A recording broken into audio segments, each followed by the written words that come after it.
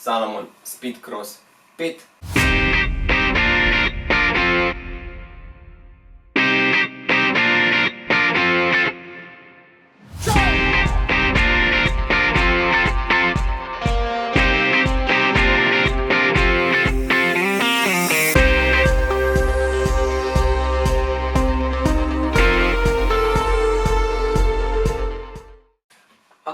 Lep pozdrav, Uroš tukaj iz Kimita Running Academy in tokrat imam za vas test številka 2 in to bo Speedcross 5, Salomon Speedcross 5 v tej rdeči različici. To je copat, ki ga imam že od spomladi in bi rekel, da ima tako na uč nekje med 200 pa 300 km. Če pogledate specifikacije, bi rekel, da je to pravzaprav nič novega, da gre za še en Speedcross v samo novi barvi, ampak ko ga obujete, je to v bistvu čisto nov copat.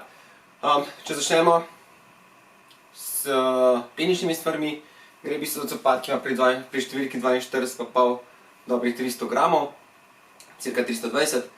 Padec peta prsti je 10 mm, kar je kar veliko, ampak zelo značilno za Speedcross. Gre za nevtralen copat oziroma nevtralen podplat, ki je namenjen predvsem mehkim terenov, kar se pravi blato, dež, sneg, to, kar zdaj novembra v bistvu spremlja. Če začnemo, v bistvu z novostmi, je copat praktično skoraj cel nov. Njegov najbolj značilen del je podplat, čepki so po novem večji, kontakt grip, guma je še bolj mehka, omogoča še boljši oprijem.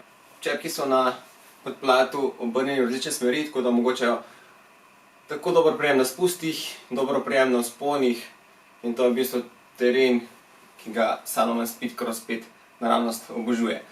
Srednji del prinaša malenkost novosti, ampak so bolj tehnične narave, še več udobja v peti, ima pa zelo značilen, zelo malo v bistvu podpore oziroma zelo malo blaženja na sprednjem delu copata in to ima za posledico, da se recimo skale, ostre stvari kar hitro čutijo čez. Zgornji del, spet veliko novosti. Tukaj lahko še malo pobliže pogledamo tale Senzifit, ki se na nartu nadaljuje v tole meš mrežico, ki preprečuje tujkom, da bi zašli v stopalo oziroma noter v copat. Quick lace vezalka, ki je prenovljena, še bolj v bistvu teče gladko in še bolj drži. Senzifit se tudi tukaj nadaljuje v podplat in na ta način še bolj drži stopalo na mestu. Kot sem rekel, copat ima približno 300 km in to je realno stanje, ki ga sedaj vidite. Je pa res, da sem ga uporabljal samo na mehkih terenih in kot tak zelo dobro zdrži. Če ga boste uporabljali na skalah, bo ta guma zelo hitro šla, ker pač temu ta copat ni namenjen. Če gremo k stvarim, ki so mi všeč, prva stvar je sigurno ta barva. Če ste si vedno želeli imeti en slab copate, pa so bili mogoče preveč specifični za vašo uporabo, je to ta pravi copat, da dobite ta pravo en slab barvo, rdečo, stropeno in res so hudi. Kar se tiče novosti, mi je najbolj všeč to, da je fitting močno izboljšan. Speedcross je slovel kot zelo ozek copat, to se je po novem popravilo. Več prostora na sprednjem delu, copat v bistvu okoli srednjega stopalo oziroma okoli narta, okoli pete še lepše oprime stopalo in kot tak res daje zelo dober občutek. Fitting še vedno je zelo mehek na peti, še vedno ima zelo malo blaženja na sprednjem delu in kot tak ravno zaradi tega ni primeren za bolj trde terene. In to je ena izmed stvari, ki mi ni všeč pri tem copatu.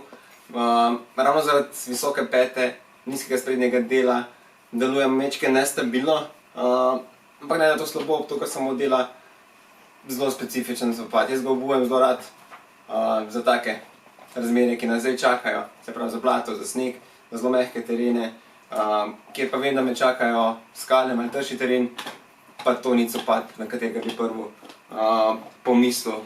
Za katero tekmo bi bil ta copat? Definitivno številka 1 je februarski Zvoh Night Attack, se pravi tek na vrh Zvoha po smučišču, po Karvavškem smučišču, to bo tista pravi copat. Druga tekma, ki mi pa pade na pamet, je pa gotovo Planica 400. kjer vas čaka samo vzpon in to je copat, v bistvu, ki vas bo pripeljal na vrh planiške velikanke. Ja, to je v bistvu to.